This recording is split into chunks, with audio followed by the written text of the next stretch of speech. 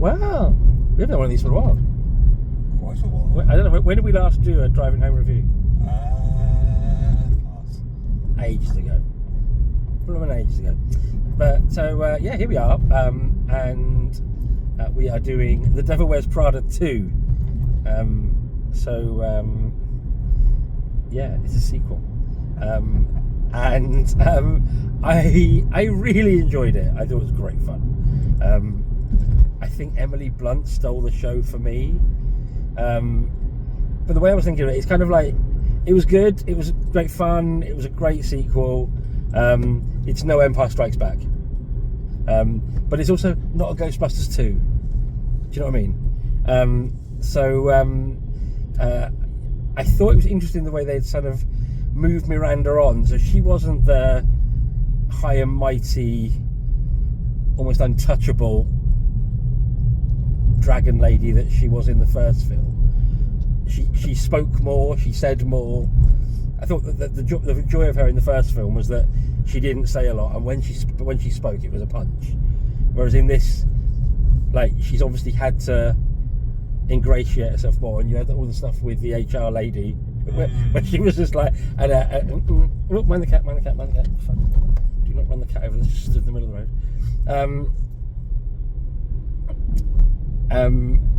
But yeah, it was kind of like it's like when you fish out like a really comfortable jumper because the weather suddenly got a little bit chilly, and you just put it on and go.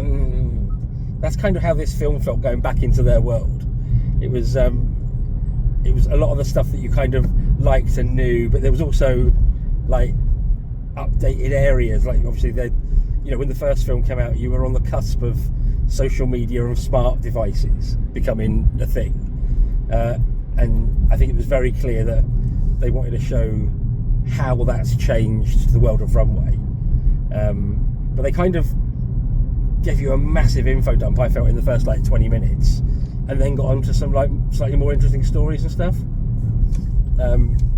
Stanley Tucci was awesome, and Hathaway's always brilliant. Obviously Meryl is Meryl and just marvellous, but yeah, for me it was all about Emily, because I just thought she was an absolute class. Oh great, we're going down that dark road, it's fine. What did you think of it? I loved it, absolutely loved it. Yeah, Emily Blunt was the standout for me. I think her character actually had more of a story arc to it, than any of the others. But yeah, the other characters were, delights, because the actors who portray them are absolute delights as well. So yeah, I mean, yes, it's very much a comfort movie. Not stunningly groundbreaking, but I think... Did you notice it was Spring Florals was the opening? Yeah. That was funny. Groundbreaking. But yeah, I think it was a really solid sequel. I think I understand some of the stuff I've seen now in terms of when I've seen Anne Hathaway talking about like how they kind of create the environment as to how they're able to do a Devil Wears Prada 2, given how the first one ended. I am also, and this is probably a bit of a spoiler, but I am ecstatic that Andy did not end up with her sort of partner. Oh yeah, no sign of the horrific toxic fucking boyfriend. Yes. Oh god, yes, thrilled, absolutely thrilled about that. But yeah, just generally solid all over. And they never actually. There was no reveal to Lucy Liu's fiance, was there? No. So the fact that the plot point is she's keeping him a secret happens. Yeah. There was no, because like I said a couple of times, you and I kind of whispered to each other, "Oh, is it going to be him? Is it going to be him?" So that was kind of interesting that they sort of dangled a bit of a red herring. They dangled that and sort of didn't do anything with it, which is kind of nice. But I think like as well, because I think we both kind of fell into that trap of, it'll be. The fiance will be important to the storyline. Yeah. And again, it's Lucy Liu's character who's important to the storyline. And again, and I think that's one of the things I love about Devil Wears Prada is that, again, with the exception of Stanley Tucci, it's extremely female-driven. Yeah. Like all of the main characters are lost grip of the phone. Are women. Yeah. And it's women that drive this. and Stanley's character is still very much the supporting role. So yeah, love. I also liked that there was sort of some meta digs at the actual IP itself, sort of talking about the fact that the whiny girl who bitches about her boss and makes a book about it. It's a bit like, oh, was that a bit of a dig at Lauren Weisberger? Has she kind of not aged well or something? I don't know. I didn't know if that was a cheeky wink or a bit of a sly dig.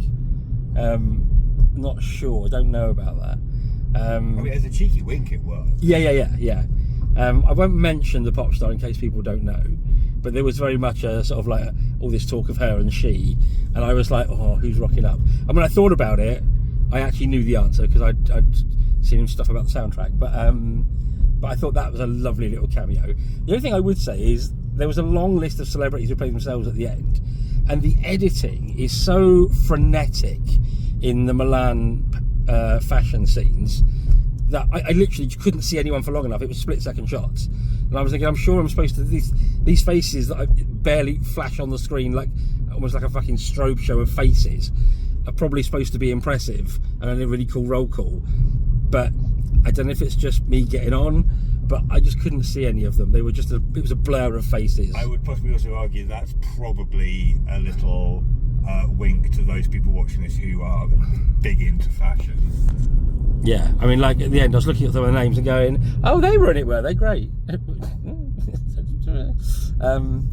But yes. Yeah, I'd say because I recognise Heidi Klum's name and thought, would not pick her out of a lineup. No, I'd know Heidi Klum's face. I just didn't see it. Likewise, I know Naomi Campbell's face. I didn't see it. She was listed. And speaking of faces, Donatella, love, what have you done to yours? Jesus. Also, I think Branna's had a bit done. I don't think Meryl has. I don't look at Meryl and see work done. I think that's or Emily or Anne for that matter, or Stanley. The four main leads have got no obvious work done to them at all. Yeah, Donatella though. Well, she's got like that for a while. Well, I mean, at least she no longer looks like a bad setup. But listen, if I had money, what would I do to myself? Not that, but who knows. So yes, we thoroughly enjoyed.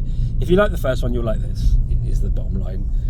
If the first one wasn't your cup of tea, then this will not why are you even thinking about it? Go and watch Hokum instead.